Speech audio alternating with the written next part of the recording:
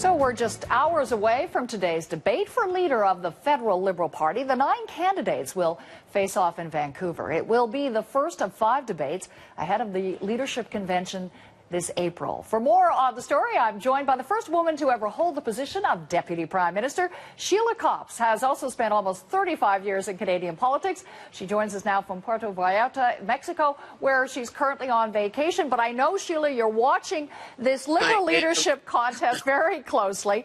But consider this. 9 candidates, 1 assumed winner at this stage. What kind of a contest is this really shaping up to be? Well, I think it's shaping up to be a great contest, and that's fantastic because we have a great number of candidates, highly qualified candidates, some from British Columbia through to Quebec represented, and also almost equal numbers of women and men. So I think at the beginning this was supposed to be kind of a ho-hum sleepwalk, and it's turning out to be kind of an interesting race with some great quality candidates. Well, it's certainly a big roster of candidates. You know a thing or two about leadership contests and doing the best to distinguish yourself at debates.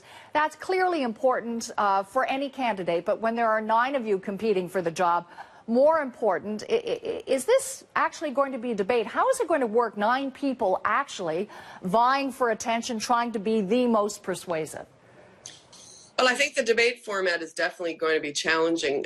Today they've actually focused in on a few specific issues. And one of the issues, obviously, which is interesting and controversial, is whether the Liberal Party should make peace and make love with some other political parties in terms of being able to knock off the Tories. One of the candidates, Joyce Murray from British Columbia, is suggesting that we organize a kind of a cooperation on a riding-by-riding basis. So every debate has a theme.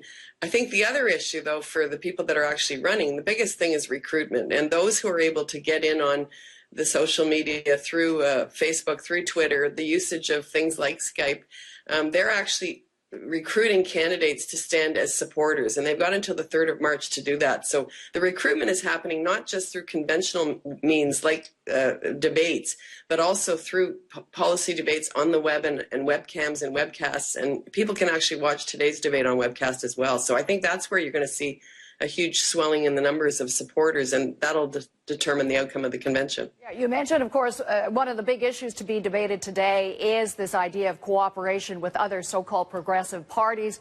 Joyce Murray is very, very keen on this. Where do you stand on this? Well, I think the fact that they're debating it is a good thing. You don't want to see certainly what happened in Calgary Centre repeat itself across the country, where you have obviously a very strong Liberal candidate who was edged out because of a third party that really didn't have much of a chance. And I think that's the issue. But the big issue for the Liberals is also putting ourselves back in the center of the political spectrum so that the majority of Canadians will want to vote Liberal. I think the polls on the weekend show that the Liberals and the NDP are kind of fighting it out in second place. But I think this convention and the process provides an opportunity for the Liberals to take over not just the NDP, but the Tories in the short term. Long term depends on substance and policy. So of the candidates, I know that you like Justin Trudeau. Is there more to your interest in him than star power and his ability, perhaps, to reach out and generate that kind of interest? Well, the thing that impressed me about Justin is from the beginning of his political career, he didn't want any favors from the big boys in the back rooms. He basically ran in a riding that nobody gave him a chance of winning against the vice president of the BQ, knocked her off. I think was one of the only candidates in the last election to see his plurality increase. So he's done about 5 years of legwork on the ground in the riding, and that's really important because you're always a member of Parliament first. That piece, I think, is key for the party and the second piece for Justin Trudeau is that he does have the capacity to literally reach out to young people everywhere, and I think that's really important too. You know, you've heard this concern, I'm sure, that people who are gravitating towards Justin Trudeau suffer from the so-called Messiah complex. It's not just the Trudeau name, it's just this idea you need to be a rock star because that's the only way the Liberal Party is going to get back into power when, in fact, there's a lot of hard work to be done as the party tries to establish what it stands for right now and how it moves forward. Agreed, and I think that one of the things that we did in the last 2 campaigns is we didn't actually have a race. In the last campaign that chose Michael Ignatieff, he was given a bye because other candidates stepped away.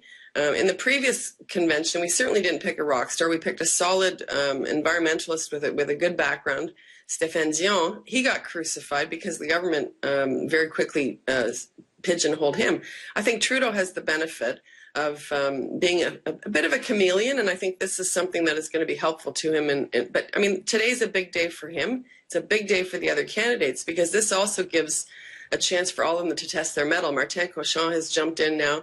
Joyce Murray was a former minister. Certainly the head of the Canadian Space Agency is no rookie. And they're going to test themselves against Justin, and it's going to make a very interesting race. It certainly will not be a sleepwalk to success, which I think it's kind of a testing ground for the election, and that's a good thing.